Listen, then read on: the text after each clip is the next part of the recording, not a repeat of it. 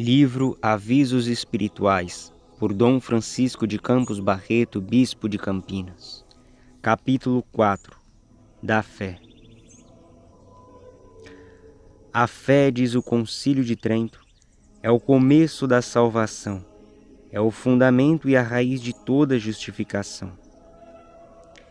Quem não verá nessas palavras a importância da virtude da fé?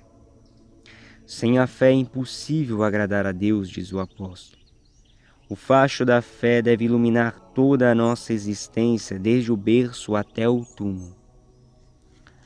A fé projeta uma luz tão brilhante em nosso espírito e de tal sorte que o leva a crer em todos os mistérios revelados e a praticar todas as boas obras pregadas pelos mandamentos, porque a fé sem obras é morta.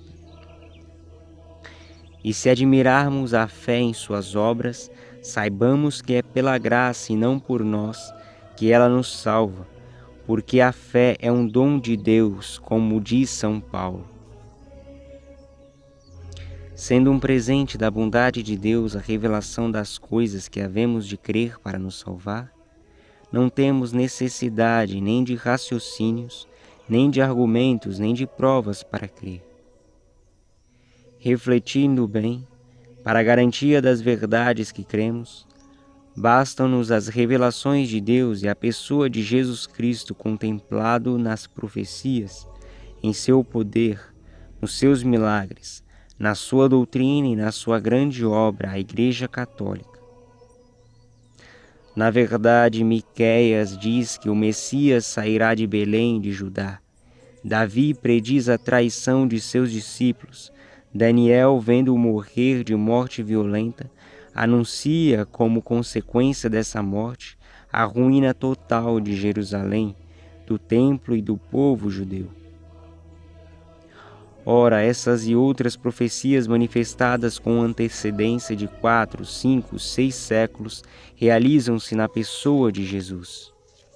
Se acompanhamos os passos de nosso Senhor, o vemos curando os doentes, ressuscitando os mortos, multiplicando os pães, dominando as tempestades, desvendando as consciências, o que era feito justamente com o fim de infundir a fé no povo, conforme as suas próprias palavras.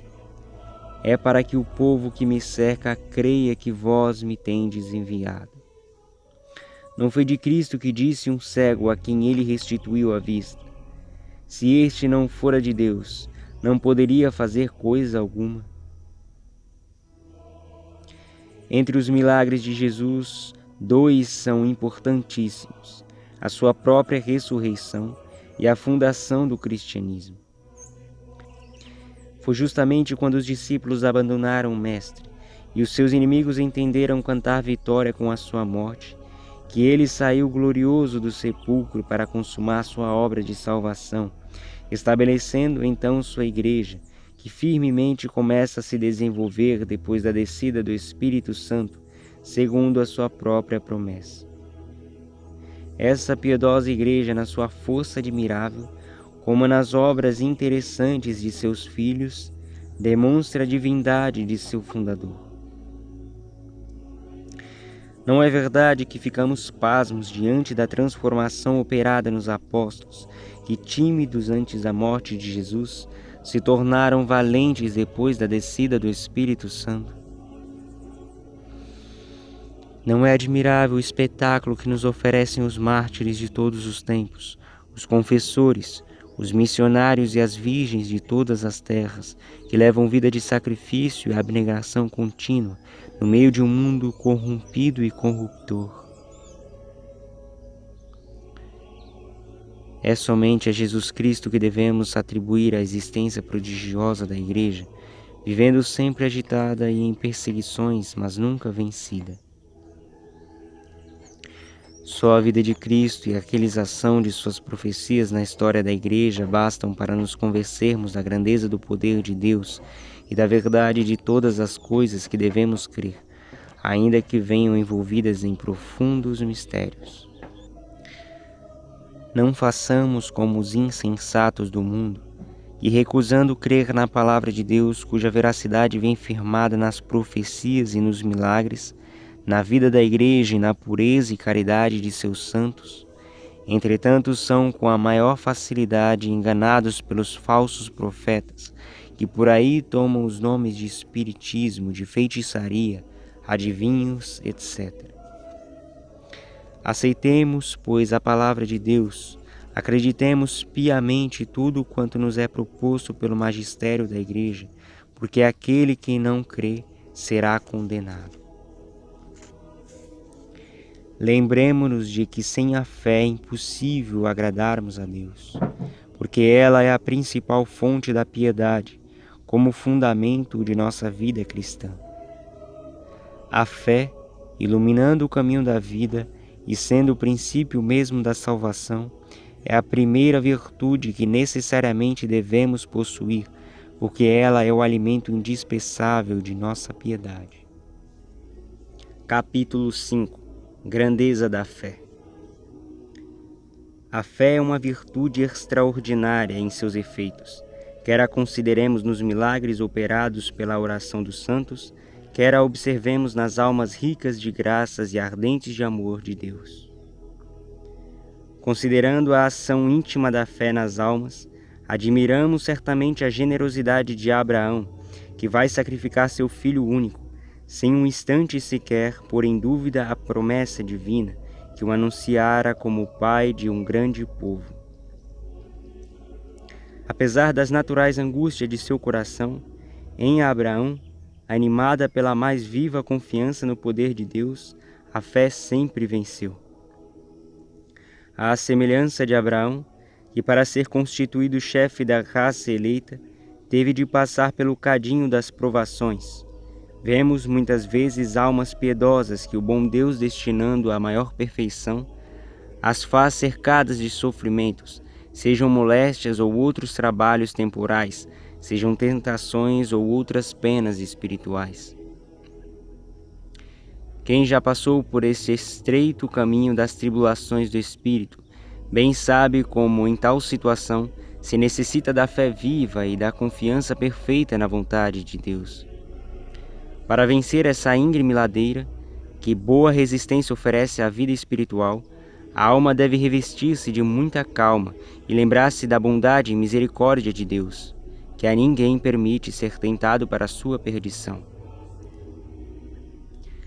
Estas provas só atingem as pessoas que Deus chama para uma maior perfeição.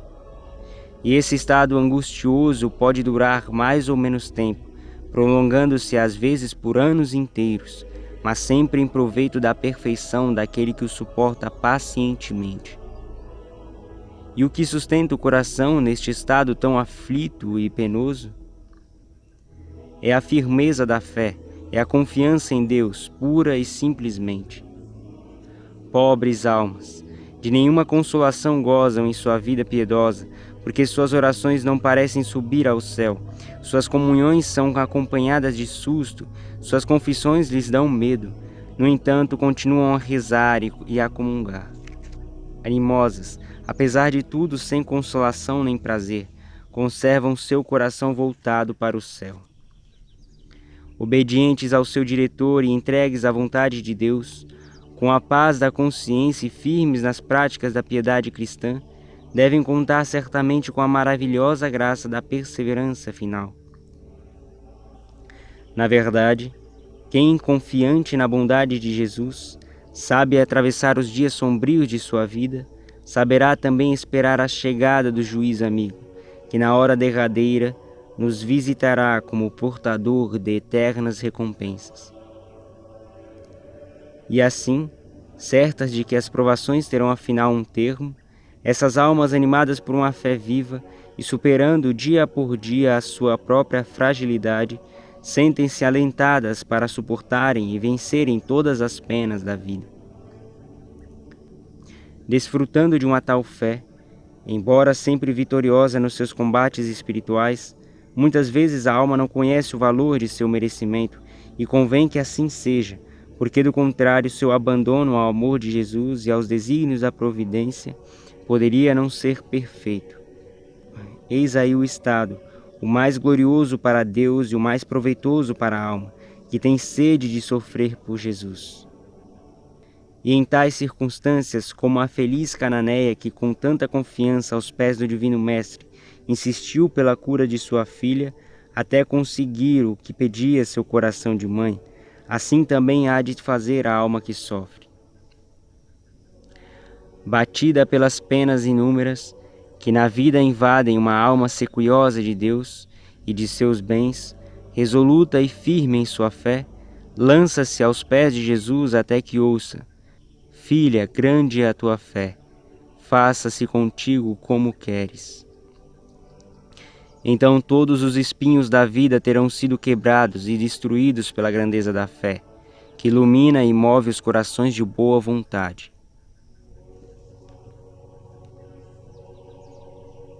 Capítulo 6. Fundamento da nossa confiança.